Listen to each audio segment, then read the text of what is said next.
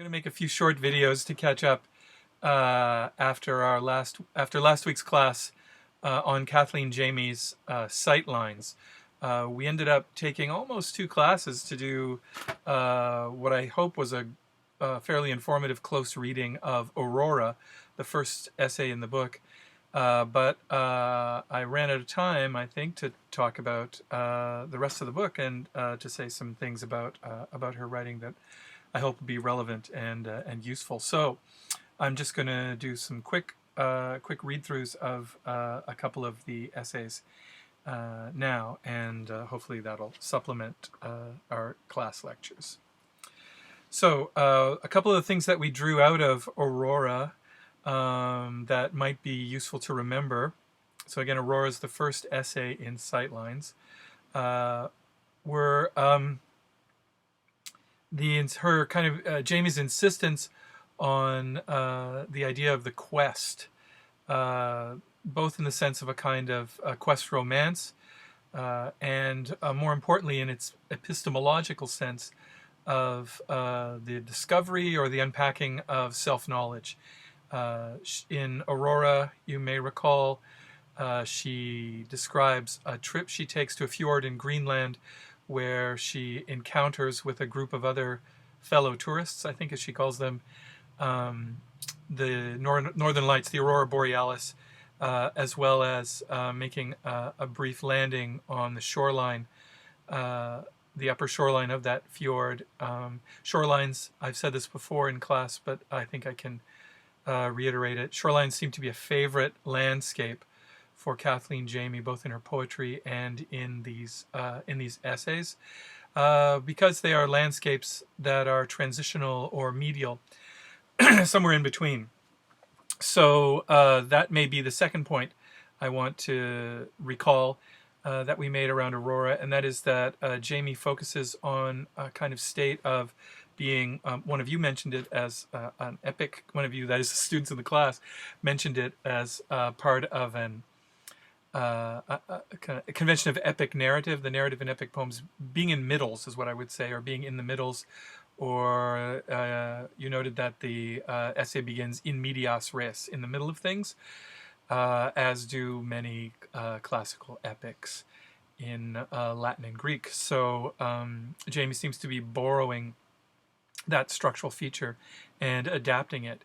The essay form seems quite suited to the idea of the middle, inasmuch as it tends to map out, at least in her versions of things, transitional states of mind, focusing in particular on the renovation or the reactivation or the intensification maybe of perceptual apparatuses like your eyes, your ears. You listen, you see better, you see more clearly, or you think about how you see.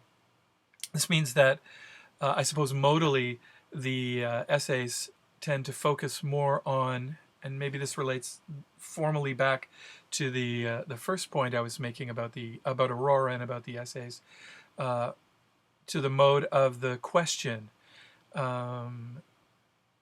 She says at one point in an I guess an engagement or a conversation she's having with a figure she names Polly, on the boat, on the ship that's taking them up the fjord, that they're there to pursue questions, to question themselves, and it's something that happens in the middle of your life.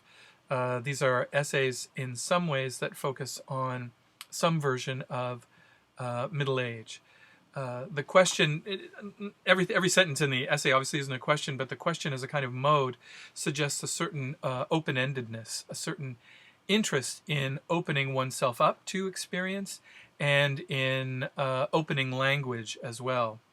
So question, and media, middles, are these shorelines perhaps, are these two main preoccupations, and we want to keep those in mind as we move forward through the book. What I wanted to talk about first is the third essay in the book. First in these videos is the third essay in the book, The Woman in the Field. And something to notice right away, she frames the essay, you'll notice, by describing herself in her contemporary self, her writing self, in visiting a museum and looking for an artifact. It's an artifact apparently that gestures back toward an episode in her adolescence where she worked as a 17-year-old, having finished high school, on an archaeological dig in Scotland. And that sense of adolescence, of being in between, is something that relates to this idea of middles or of transitions. There are no shorelines, I don't think, in this essay, but there are liminal spaces, in between spaces in a way, that she tends to draw our attention to. One of those spaces is the farmhouse and the land surrounding the archaeological dig. It's a space of transitory people who help out on these on archaeological sites and things like that. And also, I think, and this is a site, another site that she uses, I think, to kind of frame the work of the whole, is that is the space of the museum. She's going to visit, as I said, a museum at the opening of the essay to find, I think, an artifact that she's helped to uncover. And the museum, in as much as it displays material artifacts, discoveries from the past, produces a kind of overlay of time frames. Past and present coincide in interesting ways. Just as the essay itself engages in a kind of archaeological dig into her personal past, she's digging up memories of her adolescence. So too the museum that she offers us at the beginning links us materially to this complicated sense of time and of really of space, a kind of spatializing of her own temporality, her own position in time. You should notice on the second page also this sense of attention, of reorienting attention, starts to be foregrounded. Right at the top of the page, she says, "I'd come to the museum to visit something in particular, but I'm distracted." Notice it enters into a kind of past-present tense. The present is offered to us, or the past is offered to us as if it is occurring in the present, but I'm distracted. And also the idea of a kind of play between attention and distraction starts to emerge. So in a way, that tension, I don't know if you'd call it a dialectic, but it's certainly a kind of opposition. Attention is going to be taken up in the rest of the essay as something to do with her adolescence, of this state of being in between. If you, I'm just going to touch on a few passages. If you flip ahead in the book to about page 54 or 55, so this is in the edition of Sightlines that we have in the course. She's thinking a little bit about that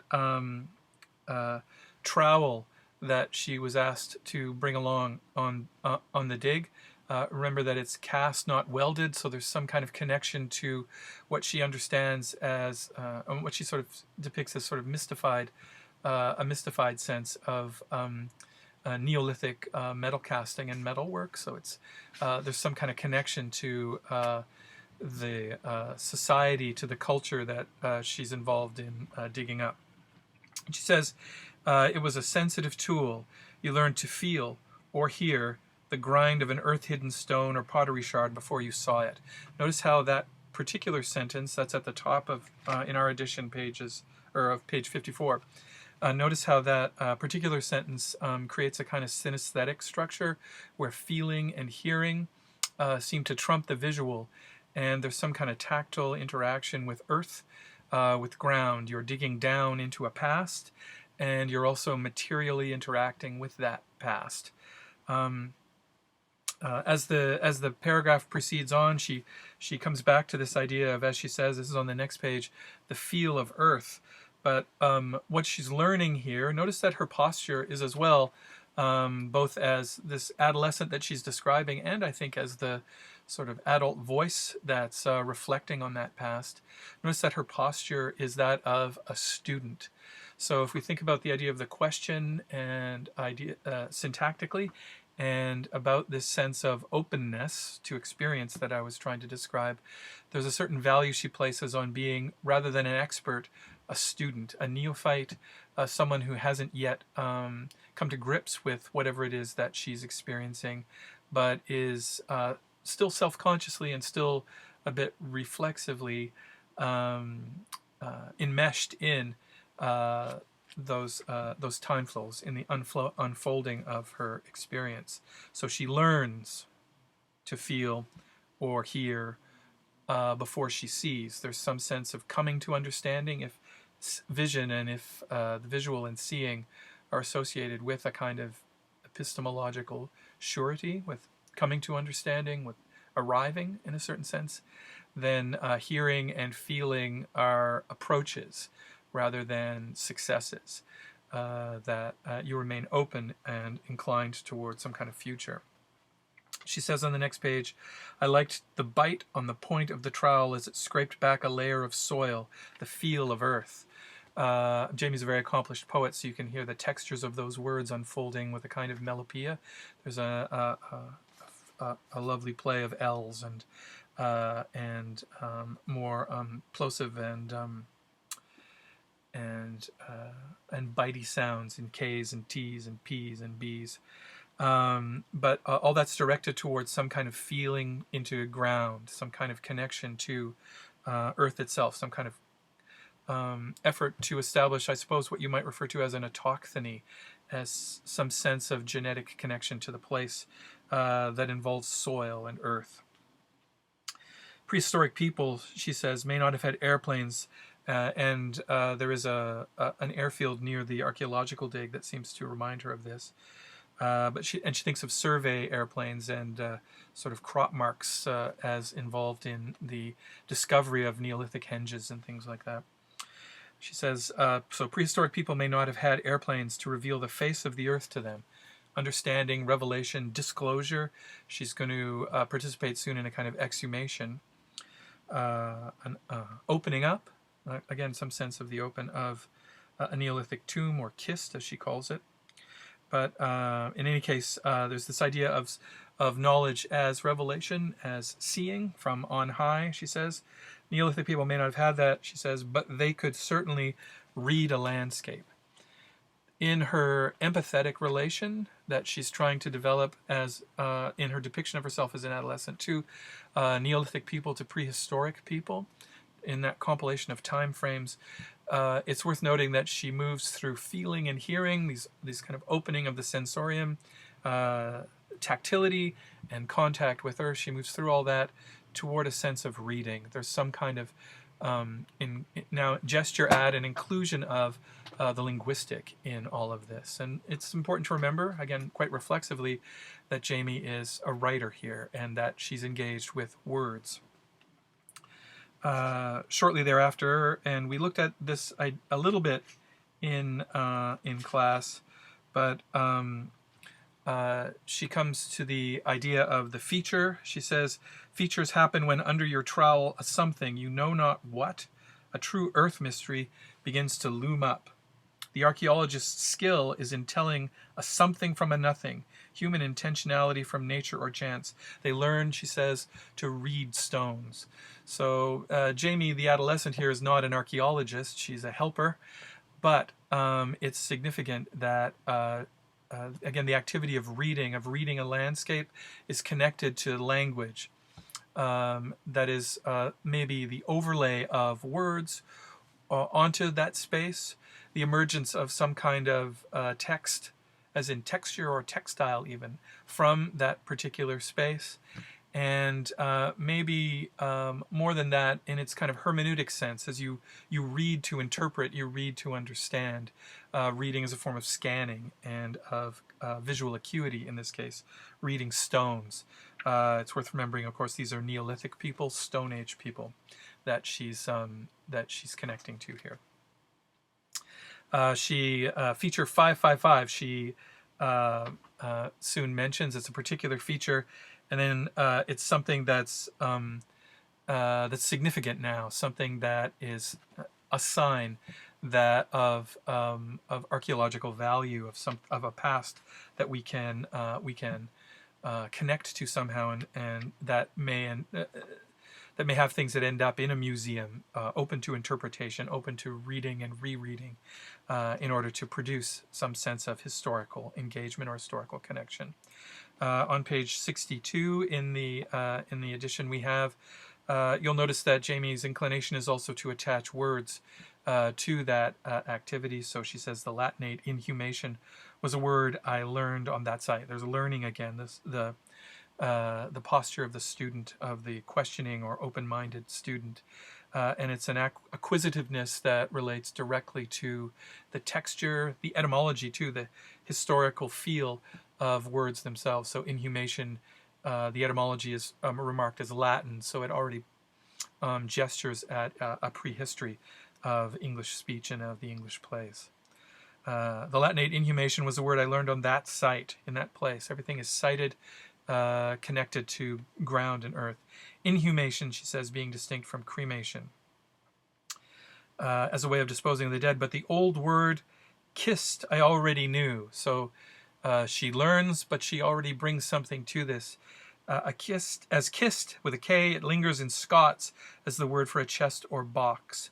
And it turns out they've unearthed kissed, a burial site at this feature 455. More importantly, notice how this idea of an autochthonous language, of a language that's tied to place and to ground, emerges as she connects the foreign Latin inhumation with the Scots word kissed, that is sort of the Gaelic inflected language of that place, that has a kind of earthiness to it. She ends up offering us a poem of hers, an adolescent poem that she feels that sort of enabled to write. It's on page 65 in the edition we have.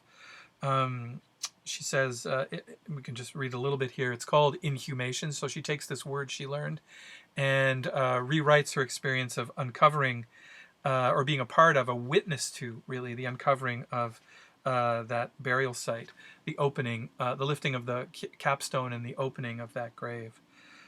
She writes, no one noticed if he opened his eyes, acknowledged the dark, felt around, found, and drank the mead provided, supposing himself dead. Something about a kind of a live burial. There's a kind of a horror in that. I believe that's the whole poem. At least that's all she offers to us. But notice how out of this earthbound language, Jamie the adolescent starts to make poetry, starts to build a kind of aesthetic output, an artistic output in words. Notice too that poem is about both noticing and distraction. No one noticed. No one realized this guy might still be alive. So there's something about the refocusing of attention in poetry. That poetic language, or at least poetically charged language, is intensified language that reorients your attention, that pulls against a certain kind of distraction, that arrests the kind of unruly flow of time and marks it off. She says this was at this place in her life, and it's also a time of life. So notice that there's a linking together of into a kind of time space of her sense of things. She says it was a turning place, a hinge indeed. So there's something about this renovation of attention, this shifting, that she's keen to remark on here. If this is a writing of middles, these are sort of nodal points within those spaces in medias res where something happens, and it happens cognitively, it happens epistemologically. It's about coming to a kind of awareness, a kind of knowing, which you never quite reach, but which nonetheless becomes more intense, I guess, as your life moves on. There's an evocation of a kind of sublimity here. She says there's a thunderclap, and she can't say whether it's, at the moment they lift the capstone off the grave, and she can't say whether it's this is like this sublime poetic moment. She can't say whether it's genuine, whether the gods are somehow speaking, or whether it's just a coincidence. It's probably a coincidence, of course. but nonetheless, she does, as in other essays, evoke a kind of sublime moment here, a kind of gesture at a vast unknowing, and a kind of state of awe and a little bit of dismay or horror that sort of mixes itself up around her. So you might think a bit about that, the horrified reaction we might have to the live burial that's mentioned in the poem, that she tries to reconfigure in the poem. It's also worth noting that, as she tells us, with the kind of moment of that thunderclap, a moment of realization, also comes a kind of critical undercutting, a sort of reflexive gesture that happens maybe as correction, maybe as a bit of skepticism in all of her essays. She can't quite be sure of this moment. She says, the opening of the kiss under that thunderclap was thrilling, transgressive. So, in its quiet way, was writing poems. Poems aren't anything useful to her at this moment. You may remember in the essay, her mother is trying to sort of incline her towards secretarial school or something useful. And she, not thinking herself university worthy, is off hitchhiking, I guess, or traveling a bit around Scotland, around the space. The weight and heft of a word, the play of sounds, the sense of carefully revealing something authentic, an artifact which didn't always display meaning, but which was a true expression of what? A self, a consciousness. They're in that little moment when she's sort of trying to kind of find what it is that she's expressing.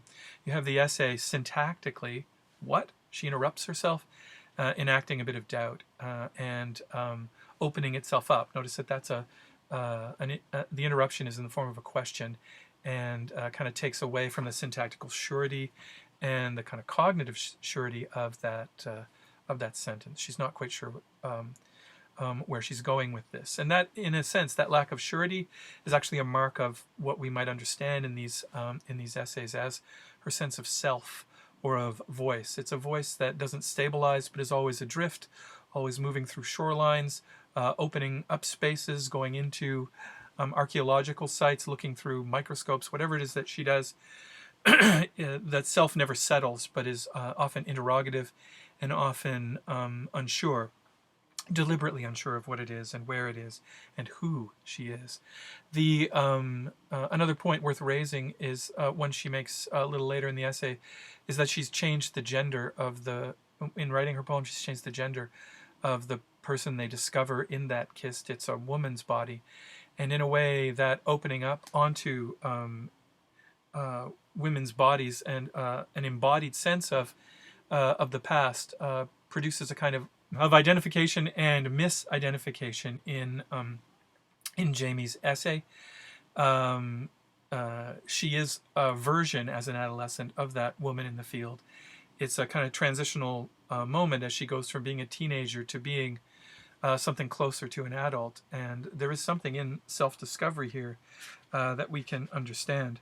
But if we turn to the very end of the essay, I'll just read the last paragraph here. You are placed in landscape. You are placed in time. Placed, and you'll see earlier in the essay, she also talks about being displaced. But within that, there's a bit of room for maneuver to some extent. So it's that you are placed, you are located, you're determined, you have a set of given circumstances, but there's also some agency that she's discovering for herself. To some extent, you can be author of your own fate. There's a bit of a cliche there, but authorship in the sense of writing herself out, writing herself into being, is what she's engaged in here. That writing, though, again, just emphasizes an open-ended, questioning, student-oriented process rather than some claim of sureness or accomplishment. At least, she says, and notice how the last sentence undercuts what she's just said. Again, she's keen to do this throughout her writing, always presenting a particular kind of claim and then questioning it, undermining it, rethinking it, repurposing it. At least, she says, that's what I'd been lucky enough to learn. So this idea of a certain kind of learning, a certain kind of study that involves the production and the moving forward of some contingent sense of self, some sense of becoming, is in effect where she leaves us.